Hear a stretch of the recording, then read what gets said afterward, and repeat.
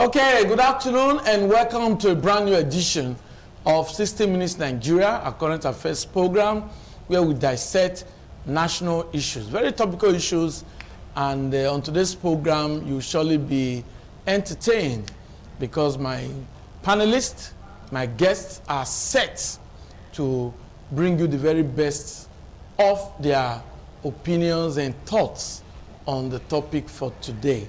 My name is Rosa Agbola, welcoming you to this week's edition of the program.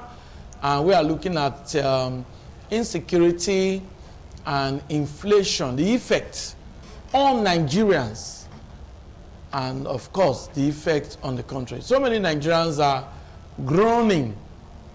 If you go to markets, you go to shopping malls, you see that instead of consumers smiling, they are groaning, you know. And for foodstuff, it is believed that the farmer-herders clash has really affected farmers, and some are unable to continue their farming activities.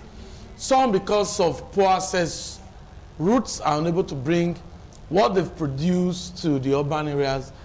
Probably that could have affected the prices of foodstuff. A lot of problems.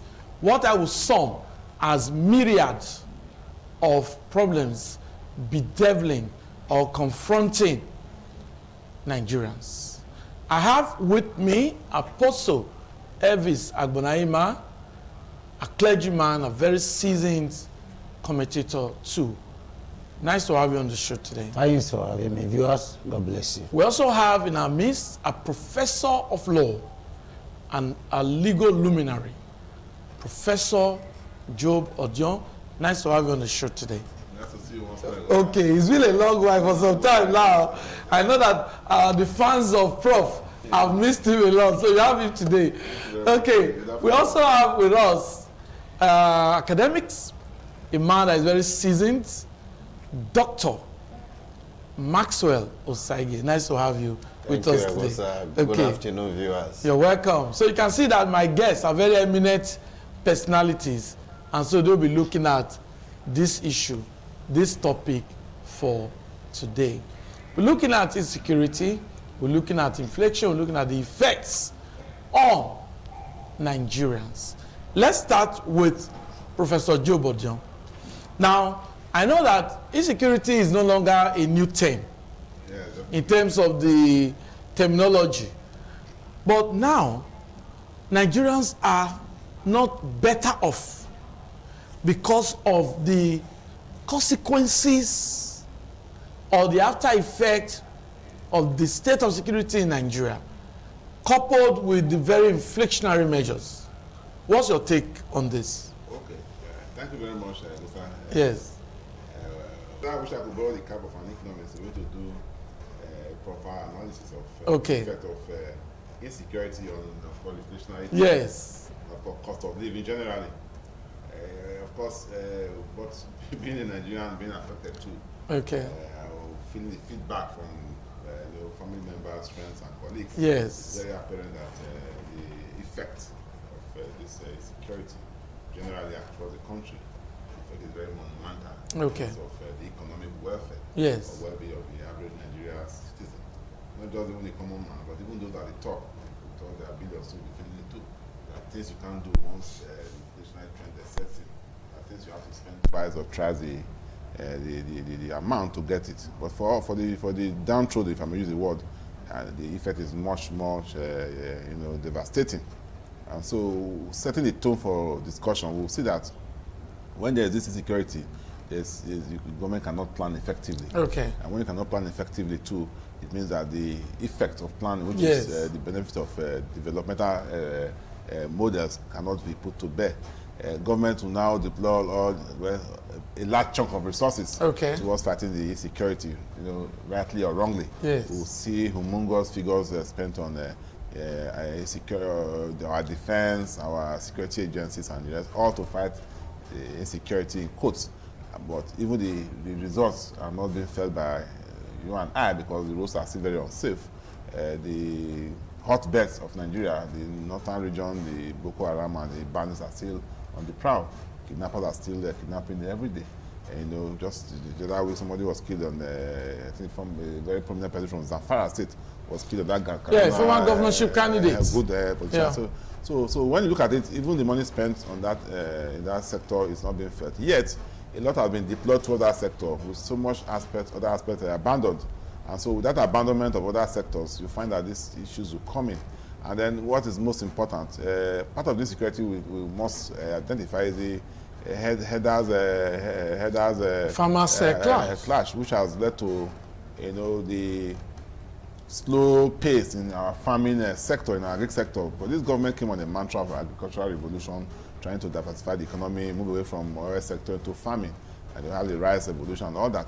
But when you had these farmer headers clashes, and when the headers took over the farms and turned into their ranch and destroyed lives and property, most farmers have withdrawn.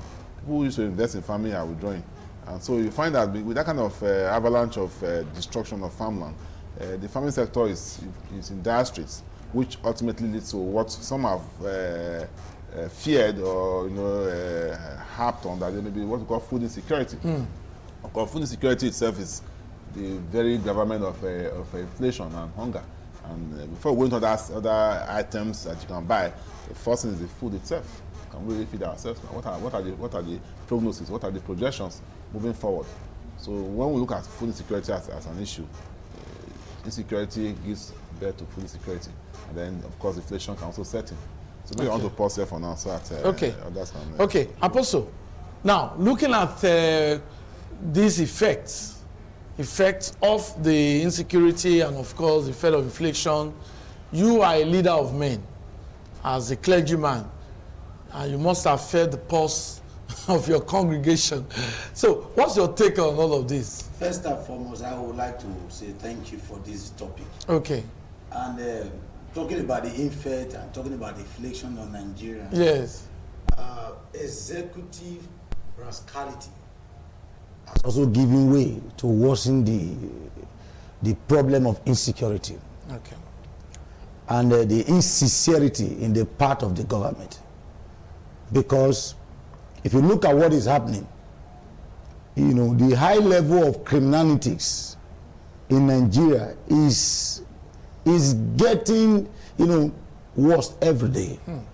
Why? Because if you look at what is happening, you will see executive rascality.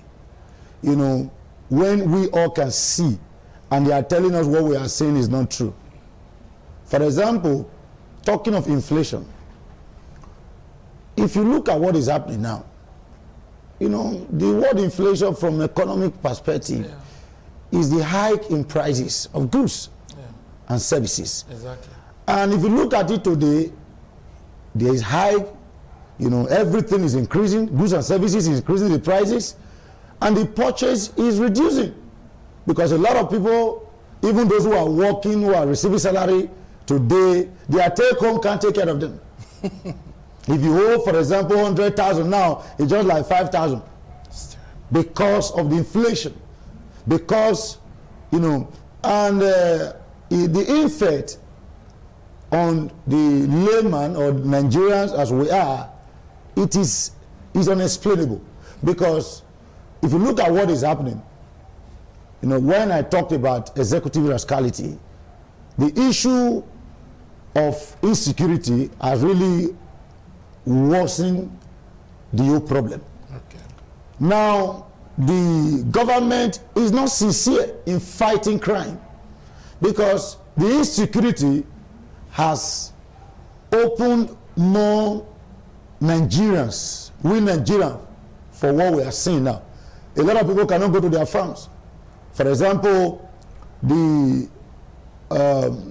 criminals who are supposed to be labeled as terrorists, the government insincerity in their part, they are finding difficult to say, well, these people is terrorists. They are not calling them unknown gunmen or bandits. And meanwhile, people have been killed. There is a kidnapping here and there. A lot of persons who would want to farm now, they can't go into farming. A lot of forests are not safe. Our bushes are not safe. People are being kidnapped every day. And even those who take the risk to say, okay, let me still go to farm. That's why we discovered that, and this government, like Prof said, that their main focus was, agriculture. But if you look at it, how many people are farming? Because the bushes, the forests, our farms are no longer safe. Because even those who are involved in mechanized farming, their workers are being kidnapped every time.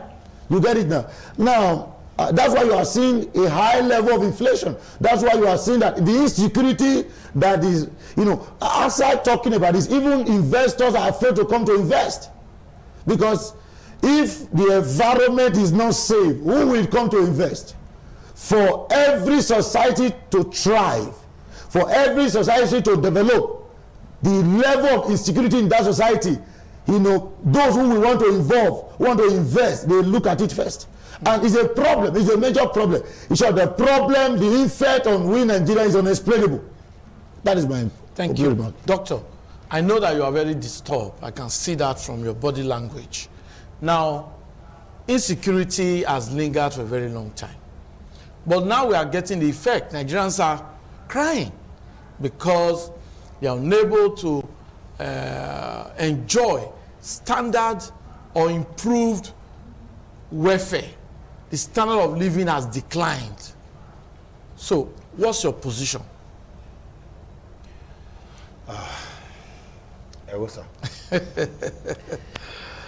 Narrating Nigeria's story right now has become like jam question.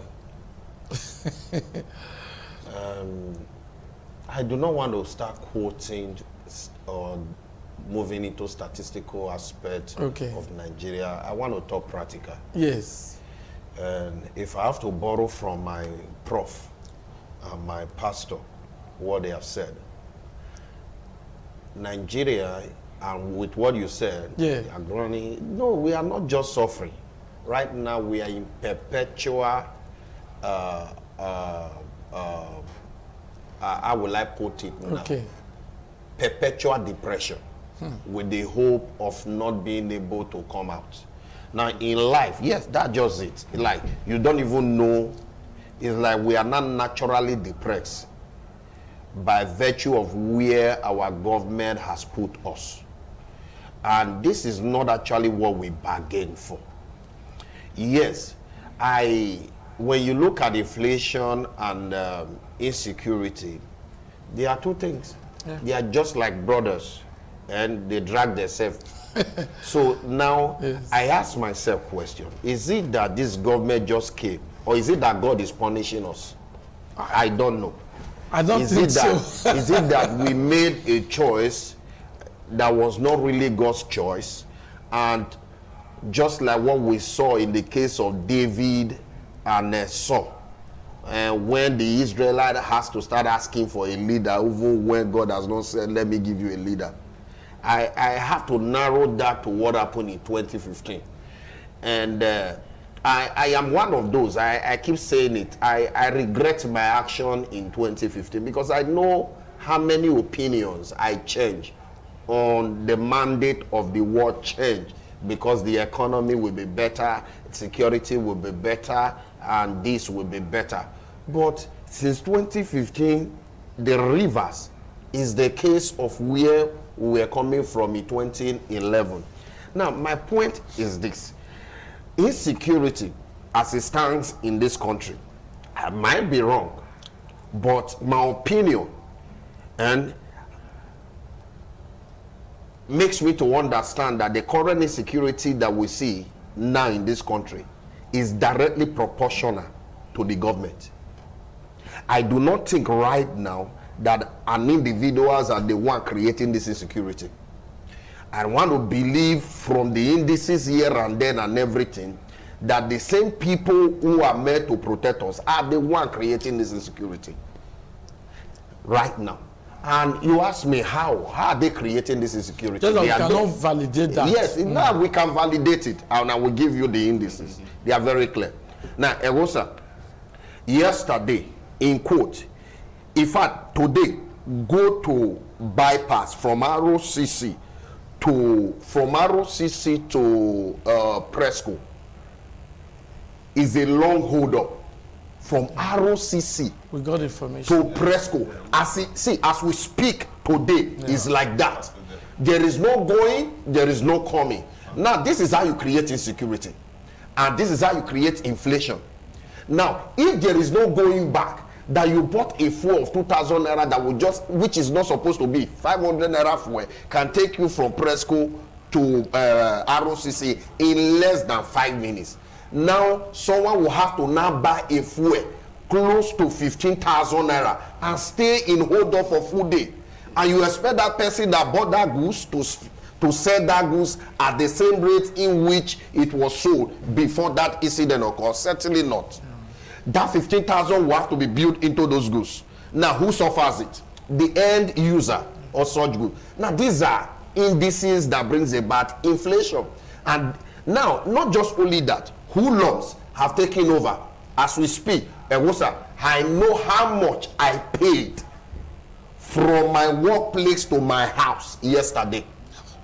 Now, hoodlums are taking over. Now, all the adjoining street you could naturally navigate to find your way. The boy said, all the hoodlums said, government are not responsible in grading our roads. So if you must take our road 500 naira. Now, when you pass this junction, in the next few meters, you meet another barricade. You meet another barricade. You pay another 500 naira. Now, as we speak today, many could not go to work today. It's like that as we speak right now. Now, why would there not be inflation? Why would there not be insecurity? Your tendency of not allowing things to move on in the right order creates insecurity. Now, those who lost, don't be surprised. Very soon, that may likely translate. I am saying it now. From 500 naira, they will start collecting people's phone. That's insecurity. Yeah, they will start collecting. Now, that is why I'm explaining to you right now. The number one person I could pinpoint that are those who are responsible for insecurity in this country is the same government who are meant to bring security to us and make life easy for us. Now, when you have all these indices on ground, why would there not be inflation? Why would there each and every one of us that are meant to enjoy the dividend of democracy start suffering it? And I ask myself, are we caused to have voted certain government into office to lead us at this time? All they just want to say is that, okay, you just want to punish us. How will you come on here and be telling Nigeria that you want to start giving 5,000 naira to people? You will transfer 5,000 naira, will be able to allow them to do business in this country where you cannot even pay. See, I just ask myself, are we caused? Is it that? Yes, we are not. But doctor, let me quickly take you back to the Sapele Road issue in Benin City. For viewers who are watching this program, what the doctor just talked about is the gridlock along the popular Sapele Road in Benin City, Edo State. Okay, now I understand that there was a road accident or a trailer that had an issue and turned. You know, don't you think that is man-made problem? It's not just man-made problem. That thing has, see, this thing started gradually. Okay. At a time, you will pass through there in the morning, gridlock, afternoon, gridlock, in the evening. So, but summer, it became perpetual. All through the day, always gridlock. Now, even those that are walking with their foot, there is no place to pass because the road is somehow. Now, in a way of you navigating your way to trek and everything, you end up, even the bike, we've seen several bikes falling into mud water and everything. So, in a way of you navigating yourself, the other guy is trying to navigate himself and everything. Such is bound to happen. Now, the question is this: are we not paying tax? Are these not the same people that we voted in office to make life easy for us? Why are you inflating our life in terms of depression? Why are you inflating our life in terms of economy? Why are you inflating our life in terms of our spiritual balance? Now, how can I serve God when my meta thinking is naturally defeated by the environment that I'm surrounded with? So these are things. I think this inflation thing, insecurity, as we speak, the number one cause of all these things, not those people carrying on and everything, are the same government who are meant to protect us. Okay, well, that's the opinion, the personal opinion of Dr. Saige. You can see it's very emotional, and I think because he personally experienced the problem. But I know that government will do something about Sapele Road in Benin City, by the bypass. I know that government agents will surely intervene to see how they can ameliorate that problem. But before Apostle Elvis and Professor Joe Bodio will comment, let's just take a brief break, and when we return, we'll look more into this topic.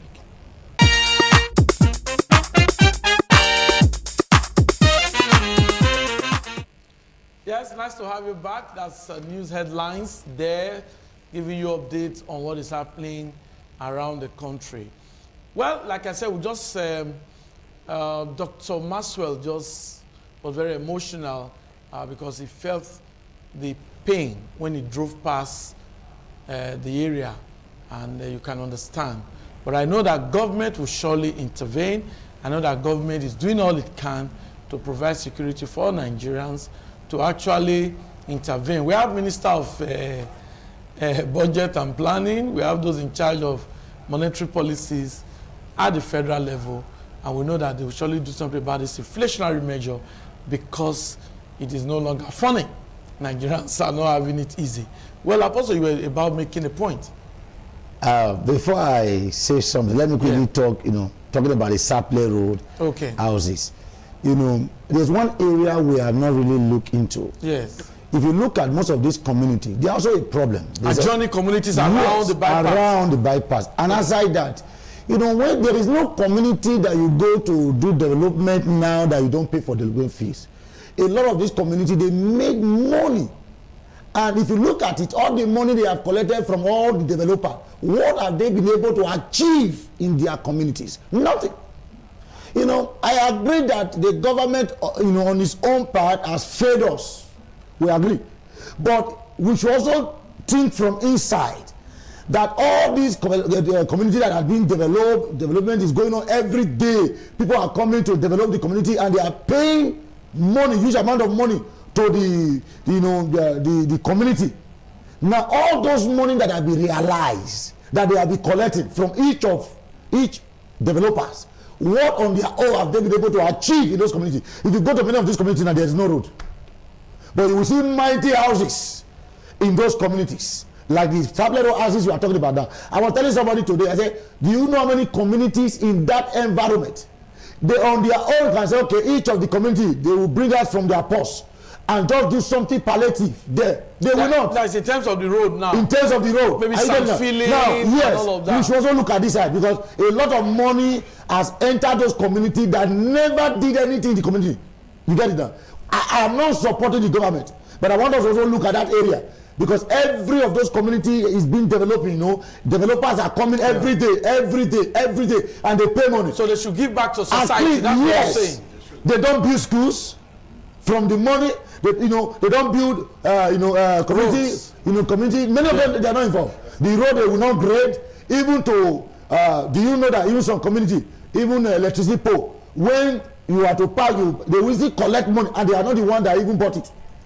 I'm telling you. Okay. All these are areas they need to look into, because it is very, very important. And it's not enough to come out to start protesting on our own. What have we done as community?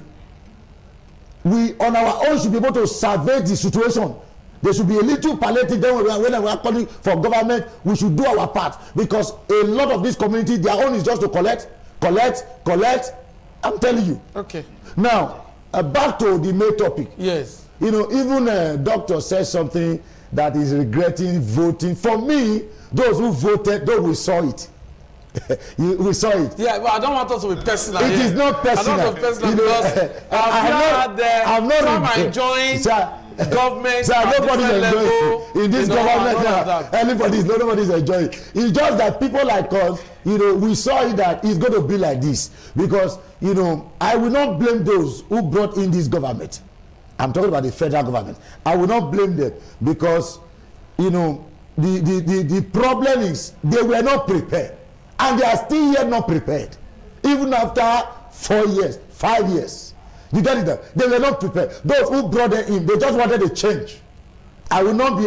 For me, I don't have a problem with those who voted for them, but it's unfortunate that the people they trusted were not prepared to lead, and that's why you are still seeing today a minister You see what just happened, a report that came out from NSAS, for example. The Lagos state government has not even come out officially, and the minister could not wait. You see executive rascality. We have too many people in this government that is power drunk. But they are entitled to their opinion, don't you think so? Sir, those people, they are speaking to them, they are speaking for Nigerians. Are you getting what I'm saying? Because they are paid. And the reason why, you know, there's a high rate of inflation today, sir, is this. The people in this government, they are not being fed. It's not affecting them. For example, they don't buy fuel. For example, many of them, they don't go to market with their money. Are you getting what I'm saying now? They don't go to the market with their money to buy food stuff. For example, many of them, they have a lot of security, officers around them. Are you getting what I'm saying now? Yes. Now, when I was talking about the insincerity in the part of the government, the federal government, in tackling the insecurity. For example, now, if the whole world is crying and everybody is shouting, come out and declare these people terrorists. Because until they declare them terrorists, the security apparatus, they can't do much. You get it now? Because if you say these people are terrorists, the way the military, the police will be able to act at that time, it will be force. But now you are calling them bandits. You are calling them, you are now beautifying. It's like crime is not being beautified. And people are dying because you felt that when you are moving, you go with police, you have security, you are not paying for it. You get what I'm saying? You came to this place today, you didn't come with any police officer. But for them, they have tight security standard. It's not even their money. Therefore, when we are crying about insecurity, they don't really feel it. It is with the common man. Because if you are going to go and hire a police officer, you know how much you will pay. But in their own case, it's not like that. For example, those farmers that go to farm, they don't have security. You get it now? Now, if they are going to farm, they are only going to pray to God to come back. Because, are you get what I'm saying? Yeah. The reason why things are going the way it's going, because, like I said, the people that are leading us, according to Nigerian constitution, they are supposed to be our servant. Well, we are the master, but today they are not. According to the Bible, it says servants are not riding on horses. Why slaves are not the one? Servants are riding on horses. Why slaves are not what? No, why the princes are not walking? Yeah, I think that's the now. Let me come back to you, sir. Those who supposed to serve us, those who supposed to serve us, those who supposed to secure us, they have even exposed us. You got it now? They don't care. There is serious hunger in the land. Because if, like I said, those who are even earning salary now, their take-home cannot take care of them. Yeah, just facts. Are you getting me, sir? Nobody is enjoying the system. Even the rich are crying now. Businesses are folding up. Imagine, I don't know what they are thinking, because imagine somebody like our doctor said, somebody in this government is saying that we share 5,000. To do what? To buy crayfish. To do what, sir? You get it now? It's just like, they are joking. Do you know that? People are praying now. Let 2023 just come. The prayer of many Nigerians now, if it's possible for many of us to fast forward, the 2022 is like forever. Are you getting that? If it's possible for we to fast forward time, yes, let this government just go. Okay, thank you, Apostle Elvis. Let's also get it all, Prof. Now, why Apostle was talking, you could see the footage.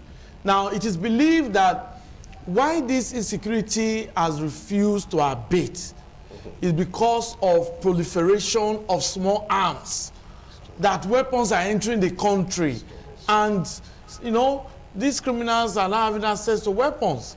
Don't you think that is one problem that the federal government must tackle as a way of tackling security, so as to avoid the consequential effect? Yes. Okay, thank you, moderator. I will get back to that point. But okay. I want us to put the issues in the right perspective. Yes. Actually, the focus today is on inflationary trend, really.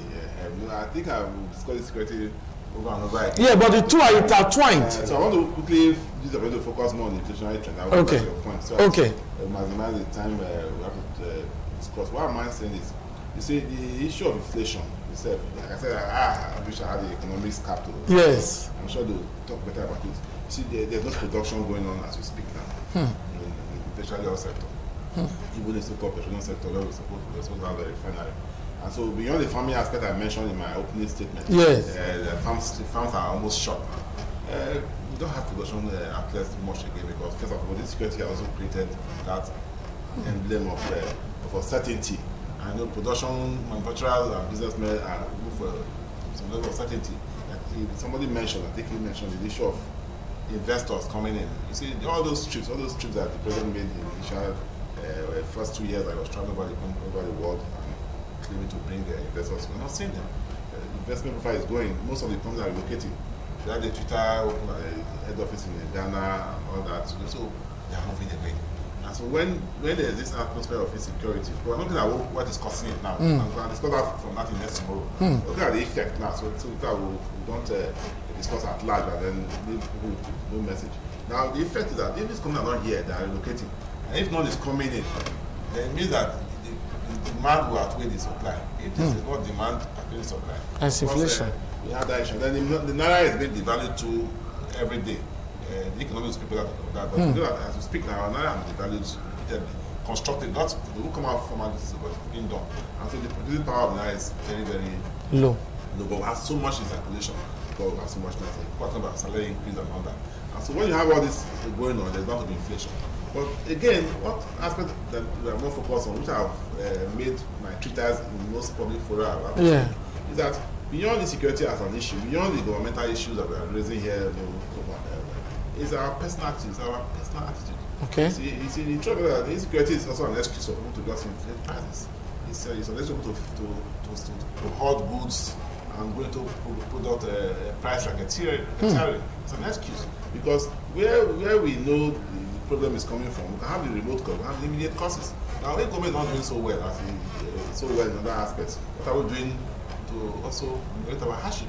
How would somebody buy plantain maybe 500 naira from the market? Of course, we know there's security, you have risked your life to go and buy it. Yes, if there's no security, maybe just go for 300 naira. Okay. So, but because the tension and everything, you buy it for 500. Now, you're happy that insecurity, having a bag on, because we already have a name tag, you have a name tag to blame it up, blame Buhari, blame whatever. Then you sell that price for 1,005. Because most of man's line profit. Like he said, because you spend hours on the gridlock, make it so you are passing the buck to the next person. But to what extent can you pass the buck? To what extent can you also pass the buck and also become the problem yourself? So we are talking about market unions in Benin and Edo State, for example. I have listened to your station and another program. What are we doing by regulation? Market unions fix prices here and there. Even the heat of insecurity, I think we need tomatoes from the north. Not stop bringing them in droves. I think bringing potato and all those onions. You don't stop bringing them from the north. But yeah, when they come to our state here, those state, or to that, this market union will sit down and fix prices arbitrarily. If you don't build the market union, you cannot sell tomato, you cannot sell onions. If you don't sell at the rate they fix, you cannot sell onions. So the market forces demand and supply, which will create the price arrangement, which is a basic economics to tell you about, because the market force should determine the prices. It's not exactly. Because even if you bring 1,000 bags of onions to the market, even if I want to sell more at 1,000 or 5,000 per basket, I cannot do it because the union cartel says I'm going to sell at this rate. That's not government. That's not about Boko Haram. Because even with all the insecurity, tomato is going to Benin. And the man who brought it from the north, who has gone through all the risk, is telling you I'm going to sell to you at 10,000 naira per basket. Which if you sell at 12,000, you make a 2,000 naira profit. And if you sell 20 bags, you about 4,000 naira profit. But somebody who is greedy, who is wicked too, in quotes, says when he sells it for 15,000 naira or more. So, Prof, invariably, are you saying that there's need for price control or regulatory body? Yes, good. Thank you for prompting me. That is the point. I have said so repeatedly. We have price control laws in this country. We have an act. That price control act says the government should set up a price control board. We have the price control board at the federal level, we have price control committee at the state level. Are they functional? Why would the federal government has abandoned this role in that respect? I don't know if there's any board in the country. I don't even have a committee in those states. We have Weight and Measures Act. That act is for you to ensure that when you are selling me a cup of rice, it is a cup of rice. When you are selling a bag of rice, now that we're going to buy a bag now, you say 24 kilos, I don't know how many kilos it is. It is actually so it's a law. The weight, yes, the weight. You tell me you are selling 1 kilogram of turkey. Yes. I'll go and inspect your weight to show you didn't tamper with the string. Okay. Those days, it used to be done in the 70s. Tamper with the string, you can weigh, you can if you are standing with a module, standing with a cup, I'll go and measure the cup. Yes. I'm sure the cup is related. What our measures are. They do in this country. We've done it in our study, in our research.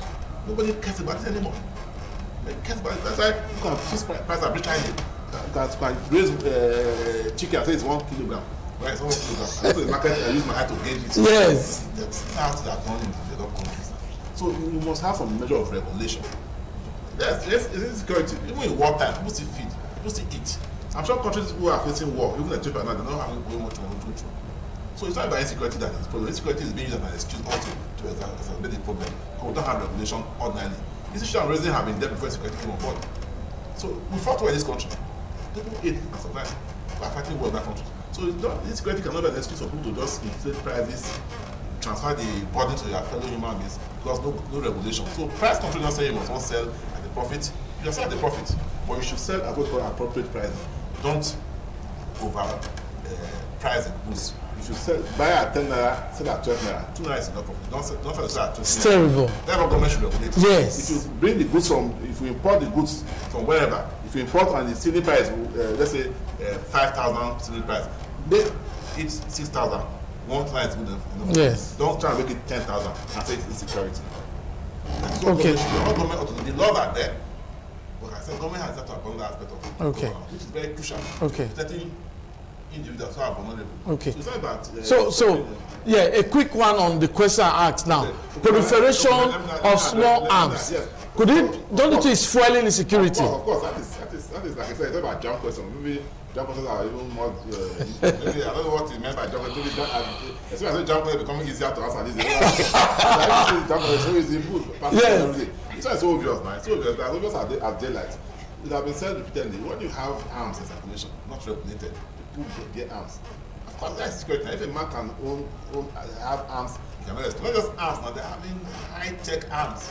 So you can imagine what they say the Boko Haram group has, or this so-called bandits, quotes, who called terrorists. You have the have. I'm told that some of those arms are arms that you find in those countries where they're fighting some high level of war. Because like Libya and wherever, where they have in Ethiopia, Tiger River, fighting Ethiopia. So those arms, some of them don't have them in the forces. They will agree. Okay. So that's why they go time around. So those arms, how they get into the country? And even coming near home, just generally on our streets, people get arms. So what should government do? Also, get regulation too. My feeling is, but law is about regulation. People shouldn't bear arms unless they're licensed to bear arms. And for the arms you bear should be small scale arms. Our English barrier, double barrier, even the so-called pump action people have. There's no government gives license for small action. But our boys on the streets carry it on that. Okay. Except by security agents, you have to try that. Cannot even get pump action. Okay, thank you, Prof. Thank you, Prof. Doc, thank you, Prof. Doc, now you've established a problem. Insecurity, you cannot rule it out. Now, don't you think government much is desired in terms of probably regulating or ensuring that arms, proliferation of arms is actually tackled? Also, I think one thing we must get clear. Yes. We are not the only country in this world. Okay. And certainly we are not the only country facing insecurity. Okay. There is no country in this world without insecurity. The great America that we all refer to, the harms that are everywhere, the harms everywhere in America, you cannot equate it to what we have in Nigeria. Now, if you listen, was it not the Taraba state governor? If you listen to the Taraba state governor when I think there was this fight between Cameroonian and Nigeria. Yes. So some militia from Cameroon entered Taraba state. Yeah. Now, if you listen to that man, this is, see, when I tell you that the people that are making money from this insecurity actually do not want it to be solved, it has to do with self-will and putting the people first before yourself. I think people are making so much money from it that to them to not solve it is an issue. So they believe to use human being to trade like chicken and make their money in their purse, then they forget about the safety of the country. Now, if you follow that man's works, one after the other, he said he has complained to the authority. That's a governor. I have complained to the authority who are supposed to man the border. He said they've totally refused. Now, when you see that border is like Cameroonian will just walk in, you will now walk into Cameroon. And I said to myself when I was just listening, I said this country is a fake country. By virtue of that, no border, nothing, no barbed wire. The country is not a fake country, but we must protect the country from becoming a fake country. Okay, now the question, see, now, if you go to Libya, as Prof said, Libya fought a war. What happened to Libya? We've not even experienced half of it in this country, where you have to kill a head of state or a president of a country. Now, as we speak, there is still no government in Libya. But Libya economy, as we speak, sir, is 30 dinar to $1. I mean, 35 dinar to $1. Now, if a Libya that fought a war, where you still have arms everywhere and everything, they can still live adequately, economically speaking. Yeah. What is our problem? Now, these are points we need to look into. Yeah. A country that fought a war. There is war everywhere. When you go to Western country, there are battles. Russians are fighting night and day. Has it affected their economy? Now, the point I'm trying to make, there are indices that makes economy grow. And we have identified all those things. Since you have suddenly made it a kind of a romance between you and bandits because you are using them for a certain reason, you don't want to declare them, you said they should drive all of us from the farm, from the bush. Okay, fine. Full scarcity. We continue. Now, if you have also said you do not want to create a road that we can pass through, or for crying out loud, do you know how many federal government roads within state to state that are not good? But you are telling me you are carrying a train from your country to another country where you have not even tied state to state, where somebody from Delta can bring food to Bini or somebody from Taraba. Now, what Prof said, I want to take from there, sir. Okay. You know, when Prof was saying regulation, yeah. Has government been able to regulate themselves? Now, as a father, if you see, naturally, children learn from what they see. Not what you say, is what they see. Now, if as a father, what you preach is different from what you do, children learn from what you do, not what you say. Now, in this government, we see them talking, but they do different things entirely. So at the end of the day, that end up creating a systematic problem where people read from. Now, when people read their body language, they execute based on their mindset. So my point is this. I think this government should wake up.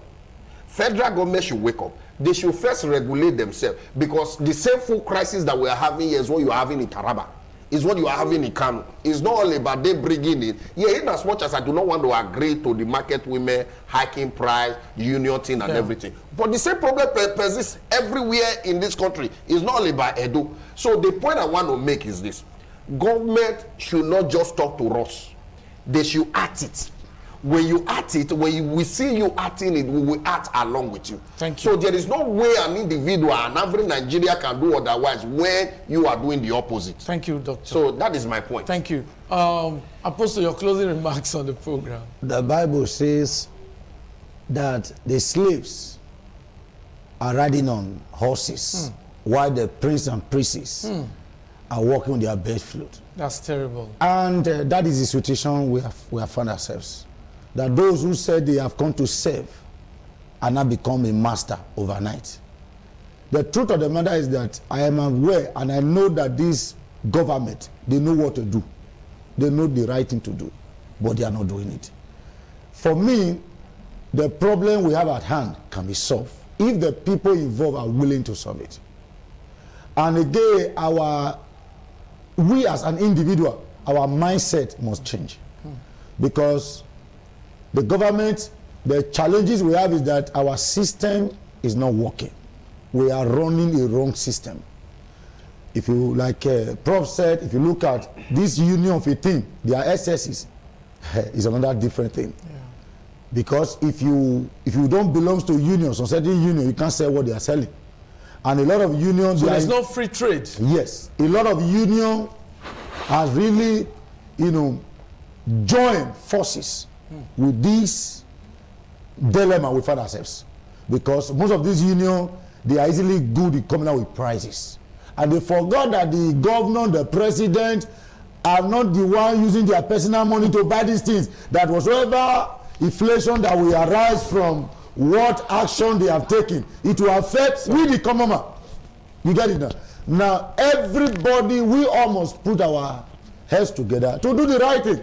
You know, sincerity of purpose. Because one thing I always tell people, no matter what you have acquired, one day you will leave it. Thank you. All the stolen money. Thank you, Apostle. I'm very sure one day you will leave it. Thank you, Apostle. Time is not always our friend. I know that my guests have a lot to say because this topic, insecurity, inflation. Yeah, okay. Prof is saying that should be part 2. So, Apostle, thank you very much. Prof, thank you very much. Doctor, thank you very much. Thank you. We hope to have you again so you can really educate Nigerians. We just want the country to work. We want the country to work. That's actually, I think Dr. Maxwell has just summed it up. We want the country to work. We want a better Nigeria. That's what my guests have really emphasized today. We don't want Nigerians to suffer. We want improved welfare. On that note, I say thanks for being a part of this week's edition of 60 Minutes Nigeria.